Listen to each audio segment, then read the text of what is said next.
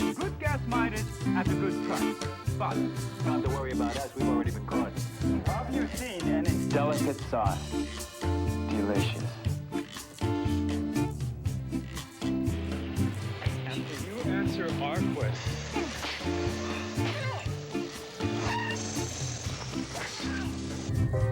Golden Valley, the only microwave. Do you know? Confucius say nuggets of wisdom are never as tasty as these. I've talked to you about, pulling out of not doing commercials and acting anymore, but sometimes getting kind of pulled back in to do it. I talked to you about one of these stories, of course, about American Airlines. Here's another example that was about really 10 years after that. And I really, really didn't want to do any more acting at this point. I got a call from a casting director that I knew, and I really felt an obligation towards her. She really helped me out on a personal level one time. So she called me and said, I told them, that you don't want to act anymore, but they really insist on you, and you don't have to audition. They just want to meet you. So I'm thinking, okay, and she goes, all you have to do is drive up to the hotel. They'll have a person right there waiting right at the sidewalk, and they'll watch your car while you go up the hotel room and meet them. It's for Nissan car commercial, Nissan. Okay, all right, I'll do that. So I'll go meet them. So I went over there, drove over there. Sure enough, there's a guy waiting there, and I'm driving this old car, and he's like, where's your limo or whatever. But anyway, so I go up to the hotel room, and I meet the director, a British director, and there was, I think, 2 other people in there that were involved with the production. And I go in, and he looks at me and goes, you are the actor, the actor's actor. Nice to meet you. And I go, no, here we go. All right, so I shake hands and, meet each other. And we talk for a little bit. And they wanted me to be like an executive sushi chef. Sushi, right? Okay. So we'll, shoot for a couple of days up on location at this lake and blah, blah, blah, and all this other stuff. Okay, all right, thank you. Okay, I go down, get back in my car, and of course they wanted me to do it, and I don't know. So I ended up doing that. Now I'm not saying, oh, I'm so wonderful, I'm so special, I don't want to. I'm just saying, I just really got tired of the acting business, and I just really, there were other factors. Someday, if you look or listen to my book, then I actually tell the story of what really happened.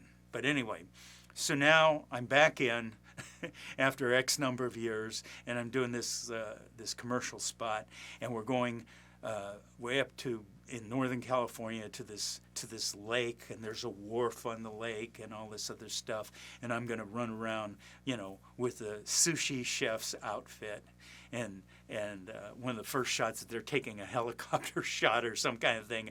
They didn't have drones in those days, I don't think. Maybe they did, I don't know. But anyway, so that's fine and dandy. We're shooting, and I'm here, and I'm doing the best I can. But I want to tell you just one kind of interesting story about what happened in that shoot that from a business standpoint, from a standpoint of experience that you don't hear often. And it's very important that you get a slight grasp of this, or you could cause trouble in the editing. So we are well into the first day of shooting up in this lake and for Nissan cars. And I find out that the person who's doing the main character in this commercial is like one of the biggest TV stars in Japan. Fine, that's great. Okay. And I'm doing this sushi chef and blah, blah, blah.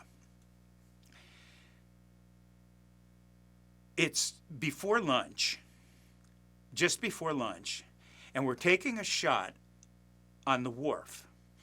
And they give me this big fish, right? I'm a sushi chef, I guess. I'm supposed to cut this up, all right. But anyway, I've got this big fish, and this Japanese star from Japan gets off his boat, comes up to the wharf. We meet. I offer him the fish, uncut, right? And we bow, and then I sort of like, here's lunch or here's dinner or I don't know what. And then I turn, and the camera, right, is behind us over there. And I turn and walk away, cut. That's the shot. Simple enough, no dialogue, whatever. Now, we shot it before lunch again. The more normal way of me turning with the camera here to leave is towards the center of the shot. But sometimes you turn towards the sideline of the shot, like I'm doing right here, rather than towards the center of the shot. And I turn and I walk off. Okay. And hopefully don't fall off the wharf in the water. So, for some reason, and I can't remember, the decision I was going to turn this way towards the sideline of the shot and walk off camera as opposed to the center. So we shot that, okay? Then, after we got it, lunch was called. So everybody's taking a break. They gave us a lunch break. We ate lunch and stuff like that. And then they did the turnaround, the camera, the other angle, where they move the camera, it comes this way, and it's on me and his back, okay? But it captures the fish full, right? So this is an important shot, okay? Now, you've got a time lag now. You have lunch where everybody's off. You now have a turnaround, probably an hour, okay, I'm going to guess, where they turn, move the camera, turn it around, come this way and stuff like that. This is going to cut together with what we shot before lunch. We're getting ready to start, and there's no rehearsal because we already shot that. And the director is giving us this direction, okay, and you know what? It was the other way. The first shot was this way, and this doesn't matter. I'm just, the second shot was this way. So the director comes over, okay, and he just gives us a final finessing, and then he looks at me and says, and then after you bow, turn this way and walk off camera left. Then he walks off, and I'm going, oh no. He didn't remember that I turned this way in the first sequence of shots. It's called matching your actions. We call it shorthand matching. Matching means matching. It means the same way. You will see a lot of mistakes of matching, particularly on television sometimes. Like one angle you see the person's eating their cereal, and the next angle it's down, and then it's wrong way, or heads this way, or whatever, something, okay? I'm not going to get into that, but I want to just say this. When I taught kind of a remote, I traveled to New York City, I traveled North Hollywood, I taught, San Francisco, I taught. I was doing kind of like that, okay? In San Francisco, New York, or Los Angeles, did any acting class teach matching.